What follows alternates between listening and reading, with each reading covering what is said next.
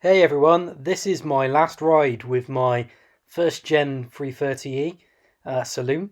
No good for me anymore because I have a dog and he won't fit in the boot, so I'm getting a new one today.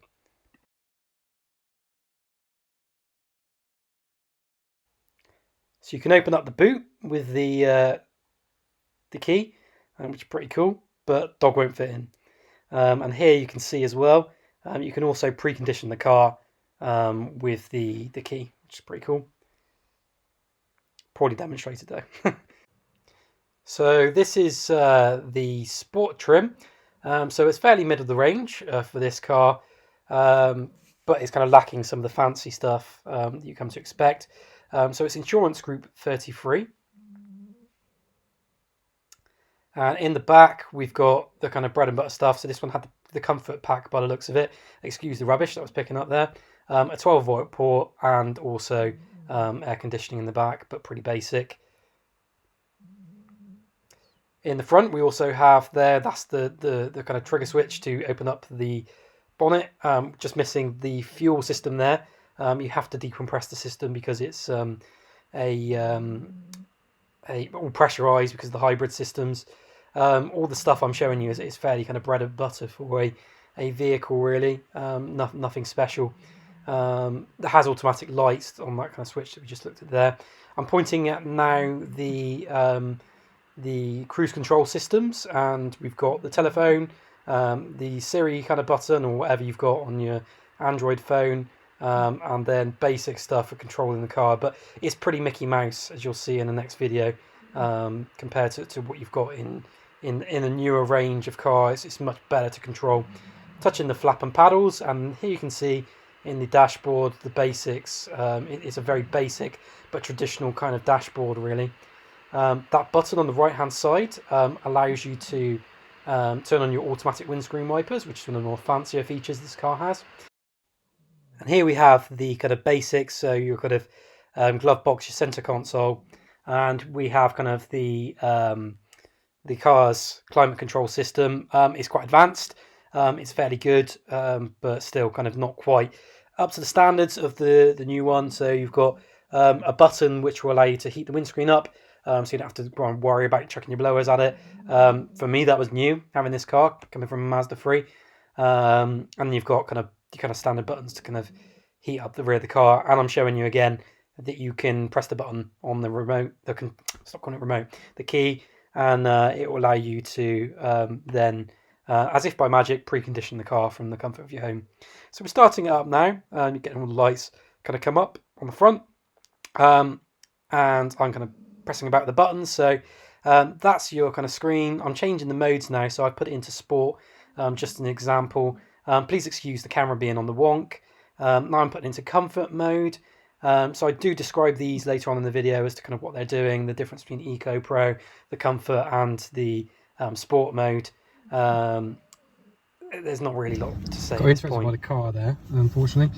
So yeah, comfort is a good balance between sort of your kind of efficiency and lack of efficiency, essentially. So on the kind of boring Eco Pro mode, you get good range on the electric, this being a hybrid. You tend to get different screens on everything as well. So you can see here you've got the charge screen. When you kind of move away, it goes into the e-power, kind of there's 4 different dials. As each one kind of goes along, it tells you how much you're using in terms of power or how much you're not. As you brake, it kind of tells you how much you're charging up as well on the battery. So it's pretty cool. Get going. It's clear. Excellent. Let's get blooming. Okay. Hopefully you can see this all right. So you can see down in the dash the kind of directions, kind of showing which direction to go in. You can see the petrol down there, your rev meter, and then your kind of standard. When it goes ready, it kind of means it's in electric mode, and then it goes up to revs as and when you actually kind of use the petrol engine. Clear, let's go. So let's put our foot down and kind of demonstrate that. So you can see now the kind of revs go up as the petrol goes in, and the kind of dials down there kind of show charge as you're kind of going in kind of you're charging the vehicle back up, and then it will kind of show is blue dials going away as and when you are kind of using the electric engine. Obviously if you're on 4 dials it's pretty high usage. If it's on 3 it's kind of standard. If you need more than 4,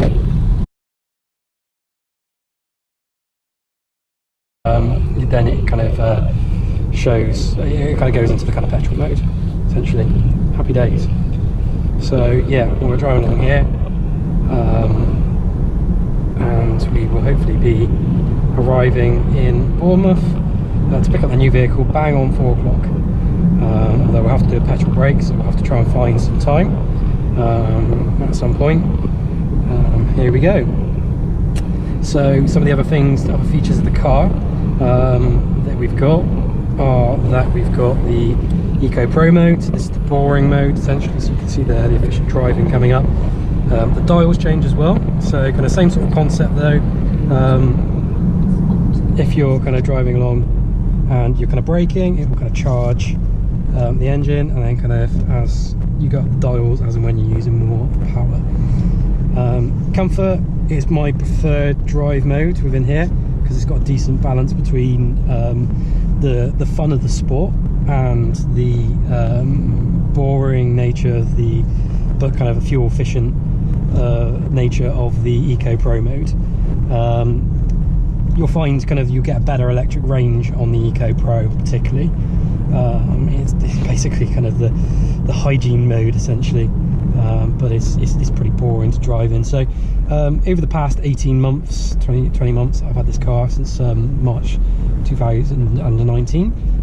I've been driving largely in the comfort mode, but we'll be swapping over now to a 330e estate. The reason I've decided to change over is I bought a dog at the start of the lockdown back in May, and it just doesn't work. This is a saloon car. Having a dog in a saloon car, especially a big Labrador, it just doesn't work. I had a hammock that you put on the back seats. Oh, that's ironic, isn't it? Lovely little 3 Series Tourer there. Or might be a 5 Series actually. It just doesn't work having a dog with a saloon car, especially one that's like this. If you've got a shitty old kind of car, maybe that will work. But I've got quite a nice vehicle here, and you just don't want to be driving a dog around in it, ruining it when it's quite an expensive car. Not a patch on the expense of the car that I'm getting now. I bought the last one, it was a couple of years old I think at the time, so it must have been 2-3 years old, just at the end of its warranty period. Some of the problems I had with it was the KLE failed, which is basically the charging system for the electric hybrid system. So February this year that was replaced. That cost about £600 I think it was. BMW cleared the parts for me, but I had to pay for the labour.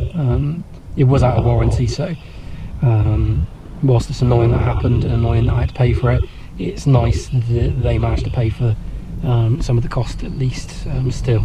So a fairly reasonable kind of element of customer service there. Yeah, so this vehicle, I do love it. I had custom plates on it as well. It's just not working for me personally, which is why we're getting the estate. And it is a cracker of a vehicle, so I thought this car was the dog's bollocks. I've now got that 330 estate coming today. It makes this look Mickey Mouse. It makes it look like something from the 20th century, not the 21st century, to be honest.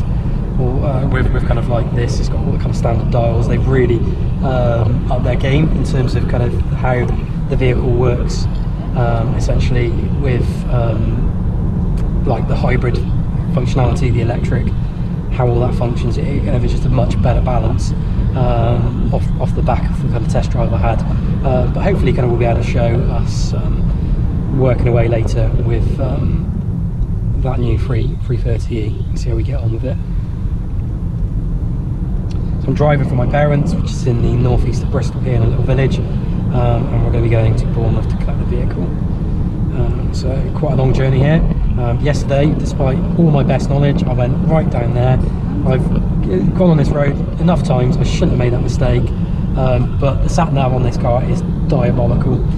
This car doesn't have CarPlay. The newer models, the newer variants, so the 2016 to 2019 version of this car, they did actually have, or maybe it's 2018, they did actually have with the 2018 models, they did have CarPlay, but the point this car was manufactured, the trim did not have CarPlay, so this car doesn't have that. So you're stuck with the BMW kind of satellite navigation. So you get a picture on the actual main screen, which is not so useful at all. But you do have this thing in the center console, which does tell you which way to go, give you the directions, and also, of course, the voice control as well. Yeah. So what else is there to tell about the vehicle? So you can cycle through this menu. So it will. Oh no, wrong one. I've got to drive my own car. So yeah, automatic windscreen wipers are turned on, so it's figured itself out for us there. Give it a splash, even though it's not raining. You can have the button here, the computer button, will change things. You can see my power usage is depleting fairly quickly. So we're down to 45% battery at the start of this video. We're about 70%, I think. So we've only done like 3 miles maybe, and we're already down about 25% on battery. So the battery does go down quite low. It tends to go down quite low if you're putting a lot of speed into the vehicle, potentially, but also it kind of goes down quite low in winter. So the range in this vehicle is supposed to be 25 miles. In reality, I found that I'd probably get about 10, 11, 12 at this time of year, being December, as I film this video. So a little bit disappointing in that front, and I think that's one of the reasons probably why I wouldn't go for a full electric vehicle at the moment. My motivation for getting hybrid vehicles is that I want to make a difference to the planet as best as possible. I appreciate that sometimes hybrid vehicles might use a lot of energy to make, but at least the marginal contribution for me pottering around town is kind of as close to zero as possible at point of use. I do also hope to have solar panels fit into my house at some point as well, which will mean that my power usage will be a lot more kind of green. Although I do work for an energy company, and I am on their fancy package of getting 100% green electricity, and I pay extra for the add-on for green gas as well. That's obviously through offsetting rather than actually being green gas, but obviously, yeah, that I try to do my bit there as well. Obviously, with the fuel in this car, that's another point of consumption for me, while I'm not being so green, which is again why I've gone for this car, so I can try and be as green as possible with my driving. So here we go. So hopefully you can see this. Actually, I might have to film this again later, but you can see we're 67 miles to the destination on the sat nav. Thinks we're going to get there at 15:56, which is 4 minutes before the time. So hopefully we had to buy some time back with me driving a bit like a hooligan, and then we will kind of then be able to have a fuel stop, trying to put as little fuel into the car as possible. So maybe 3 or 4 litres just to tide me over, because I haven't quite got enough to get me there. You can see on there that we're down already, so it's going electric at the moment, and kind of using moderate usage of the battery at this point. So ticking along at 50 on the dot, the car is maintaining itself without having to use the internal combustion engine. Back to the satellite navigation part, I've also got my average MPG, so 69.2, so fairly healthy stat there. That incorporates motorway usage, also incorporates how much I'm using potting around town. My journeys have changed this year. Being a office worker, I've been working from home and not been doing very short range driving. Some of my trips have been a bit larger than normal with things as they are. Tier 2, stay local. You can see here some stats. So we're 12.9 kilometers hour per 100 kilometers. Is the draw on the battery. So this car has a 7 kilowatt battery, so it isn't the best of mileage at all. So basically that's saying don't understand what that means. I'd have to think about that. I would be able to understand it, I'm sure, but I don't understand that stat right now. The MPG of the car, I can't figure that out right now. It's probably because we're using quite a lot of electricity at the moment, so we're not using much fuel, so the MPG is going to be low. And then this is the average speed, 22.1 miles to date for you all. Then it goes to a clear screen, 52 miles of range, so not enough. 2 miles left in the electric, and we've got 26% battery left. 66 miles to go, and there's our directions. So that's the on-screen computer. That's how that works on here. I'll be interested to figure out how it kind of works in a new vehicle. We'll probably do instant reaction today, maybe as part of a different video, but I'm sure I'll have to kind of do a video saying what I really think after I've been driving the car for a couple of months, not a couple of hours, or minutes even. So yeah, we're driving through Bath now, or coming on up to Bath, a place called Lansdowne. Driving past quite a few nice pubs around this way, on our way to Bournemouth.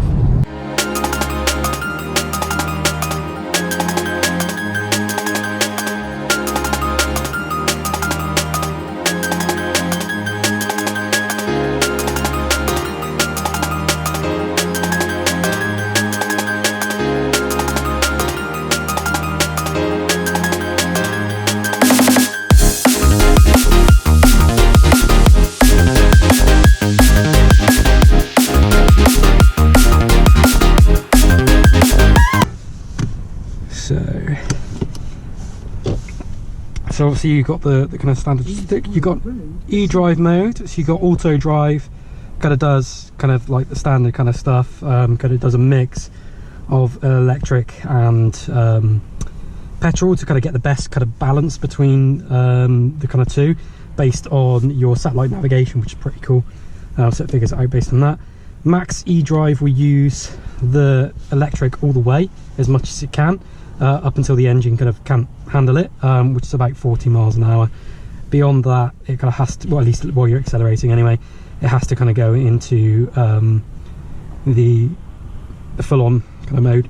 Then we've got save battery, where it doesn't use the battery, obviously, and it kind of charges up the car for later use. So sometimes when you're on a long journey, that isn't very good, so it's good to put it into save battery, so you've got a bit of electric when you get to your destination. Cool, so let's get moving and it will show a bit of sport. So let's pull away here. So let's put it into sport mode. So sport has kind of similar sort of dials. It uses both the engines, so it makes full use of them. So it tops up the kind of petrol engine part of it with the electric. You've got different dials to kind of tell you how much you're using. We also have different modes. So this is in the automatic mode. So it's fully automatic, you don't have to do anything, you just put your foot on the accelerator. Whereas we've got a manual mode, which has two different types. So it's got the S-Tronic and the M-Tronic. So we're in the Sport S-Tronic mode, which is really fucking badass. So the car is pretty scary to drive in this mode, to be honest, because it's just so beefy. But obviously it will figure out when you're in too high a mode, and it will kind of turn it down for you. It can also do that in like a super sport sort of mode. I completely forget about this mode, but it is absolutely a joy to drive. But it consumes fuel like nothing. To be honest, it just kind of absolutely obliterates your tank. So with that in mind, that is as much as I can tell you about this car. We'll put it back into more normal mode and we'll call it a day there. So I picked up my car this afternoon, and I spent all my time on the way back just figuring it out. So no video footage. I'll have to keep borrowing my brother's GoPro to make this, maybe even buy myself one so I can make lots of cool other videos about other things. So yeah, thanks for watching this video. I loved my old 3 Series, but now it's on to the new. Hopefully I'll get you something soon.